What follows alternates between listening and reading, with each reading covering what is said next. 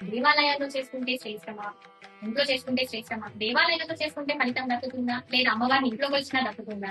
అసలు శ్రీ ఆచారానికి స్వాగతం. మనం శ్రావణ మాసంలో ప్రతి ఇంట్లోనూ జరుపుకునే శ్రీ వరలక్ష్మి మాత వ్రతం గురించి, అలాగే వ్రతం విశిష్టత గురించి, అసలు ఆ వ్రతం వల్ల మానవాళికి జరిగే శుభ ఫలితాల గురించి శ్రీ శ్రీ శ్రీ దుర్గా భవానీ దేవాలయం కేకేవన్ సిఎస్పి మందమరి ఆలయ అర్చకులైన శ్రీ నరసింహ భవాని గారిని తెలుసుకున్నాము. నమస్కారం భవాని గారు. మీ మాటల్లో మన శ్రావణ మాసంలో జరుపుకుని వరలక్ష్మి మాత వ్రతం గురించి జనాలకు తెలియజేయండి. ఓం శ్రీ మాత్రే నమః. జై భవాని. శ్రీ శ్రీ శ్రీ దుర్గా భవాని దేవాలయం మందమరి కేకేవన్ సిఎస్ అమ్మవారి ఆలయంలో ప్రతి సంవత్సరం శ్రీ వరలక్ష్మి మాత వ్రతాన్ని నిర్వహిస్తూ ఉంటాము.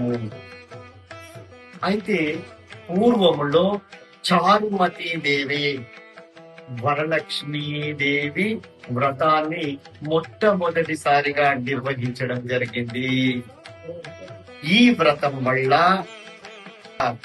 మానవాళి అందరికీ శుభ ఫలితాలు జరగడంతో అందరూ కూడా నాటి నుండి నేటి వరకు ఈ వరలక్ష్మీ మాత వ్రతాన్ని నిర్వహించుకుంటున్నారు.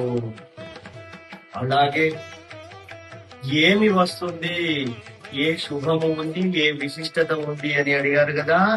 దాంట్లో అమ్మవారు వరలక్ష్మి అంటే వరాల తల్లి. ఆ వరము ఏ వరాన్ని అయినా ఇచ్చేటటువంటి తల్లి అని అర్థము.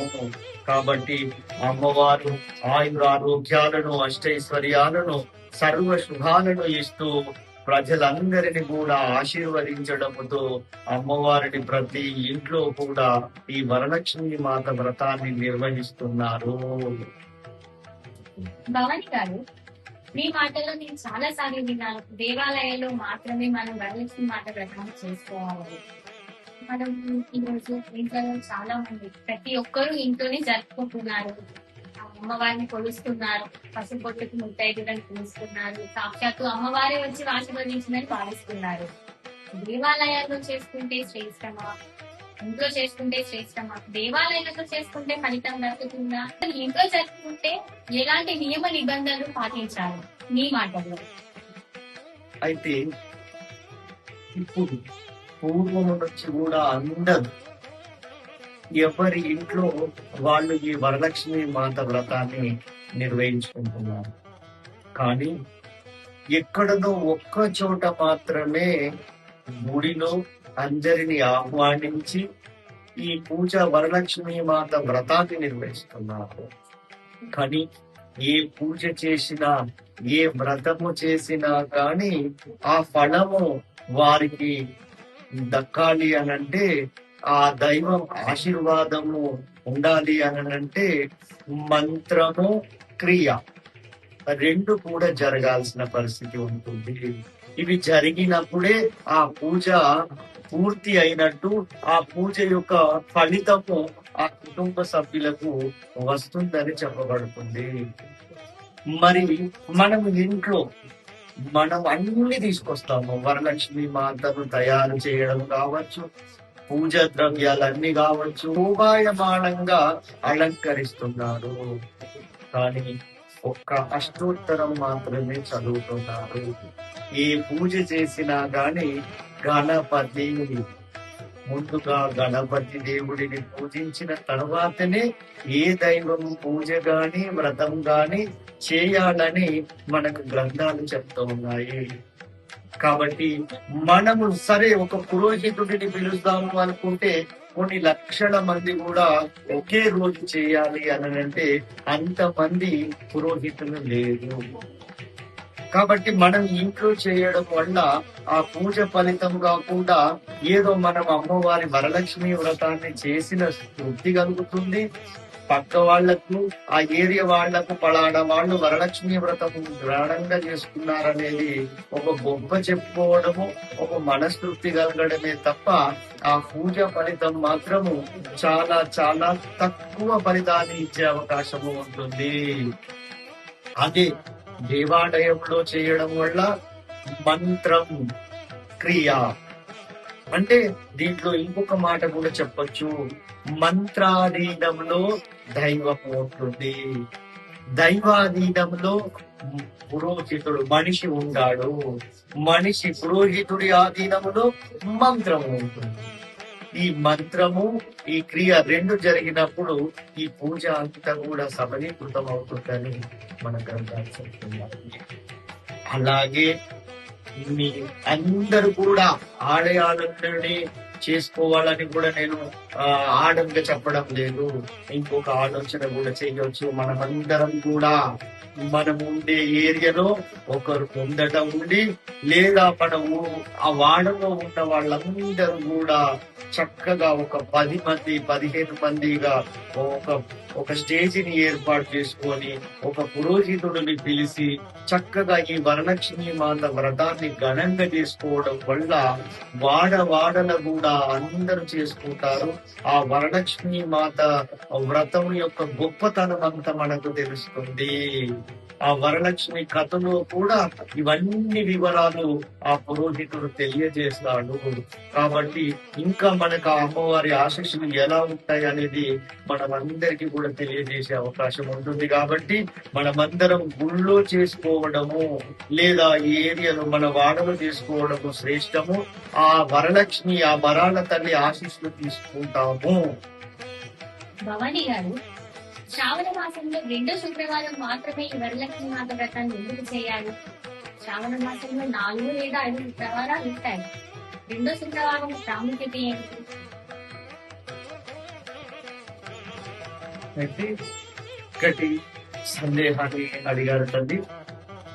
అయితే పూర్వములో చారుమతి దేవి స్వప్నములో ఆ సాక్షాత్ వరాల తండ్రి వచ్చేసి శ్రావణ మాసములో పౌర్ణమికి ముందు వచ్చే శుక్రవారము రోజు అనగా 2వ శుక్రవారం రోజు నా వ్రతాన్ని నిర్వహించండి, మీకు సకల శుభాలు కలుగుతాయని అమ్మవారు చెప్పడంతో ఆ చారుమతి దేవి అందరికి కూడా శ్రావణ మాసములో 2వ శుక్రవారం మనం వరలక్ష్మి మాత వ్రతం చేసుకుందాం, అందరూ రండి అన్ని ఆహ్వానించి ఆ వ్రతాన్ని నిర్వహించడంతో అప్పటి నుండి ఇప్పటి వరకు కూడా మనమందరం కూడా ఈ 2వ శుక్రవారం మాత్రమే మనము అమ్మవారి వరలక్ష్మి వ్రతాన్ని నిర్వహిస్తున్నాము.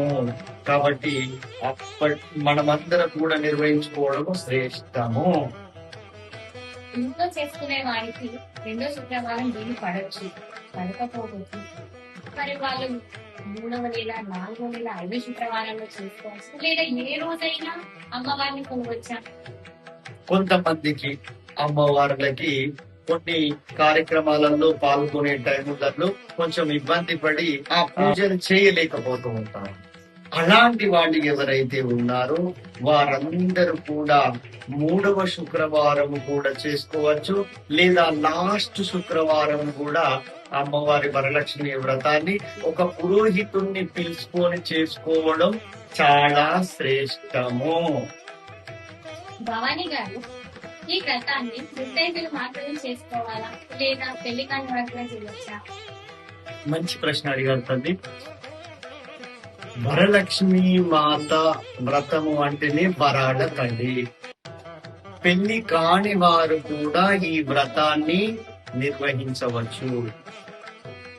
వారికి కూడా మంచి జీవితాన్ని ప్రసాదించమని, మంచి భర్తను ప్రసాదించమని, మంచి ఉద్యోగాన్ని ప్రసాదించమని వారందరూ కూడా, వివాహము కాని వారందరూ ఈ వరలక్ష్మి వ్రతం చేయవచ్చు. అలాగే ముత్తైదులందరూ కూడా చేసుకోవచ్చు. అందరు కూడా అన్ని వయసుల వారు కూడా ఈ వ్రతాన్ని నిర్వహించవచ్చు అని చెప్పబడ్డది. ఇంతకు ముందు నాకు ఒక 2-3 ప్రశ్నలు సంధించారు తల్లి. నేను వాటికి నాకు తెలిసిన విధంగా జవాబు చెప్పడం జరిగింది.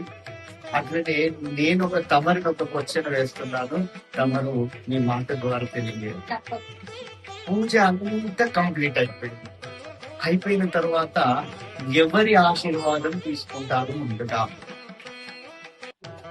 దేవాలయంలోనే చేసుకుంటాం కాబట్టి పండితుల ఆశీర్వాదం తీసుకుంటాను. ఇంట్లో చేసుకుంటే ఎవరి ఆశీర్వాదం తీసుకుంటారు? ఇంట్లో చేసుకున్న అయ్యగారు వస్తారు కాబట్టి వాళ్ళ ఆశీర్వాదము తీసుకుంటాము. ఇంట్లో అయ్యగారు రాని వాళ్ళు ఎవరి ఆశీర్వాదం తీసుకుంటారు? భర్త. ఇంకా ఎవరి ఆశీర్వాదం తీసుకుంటారు? తల్లిదండ్రులు. ఓకే. ఓకే. అట్లనే కొంతమంది ముత్తైదువులను కూడా తీసుకొచ్చేసి వాళ్ళ ఆశీర్వాదం కూడా వాళ్ళకు పసుపు ఇచ్చేస్తా ఉంటారు. ఇచ్చేసి గాజులు అన్ని ఇచ్చేసి వాయనం ఇచ్చేసి అందరి ఆశీర్వాదం తీసుకుంటారు.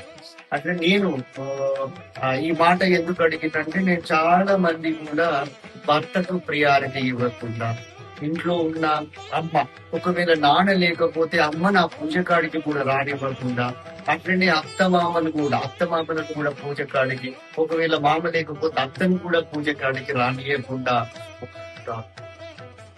ఎవరి ఆశీర్వాదం తీసుకుంటారు?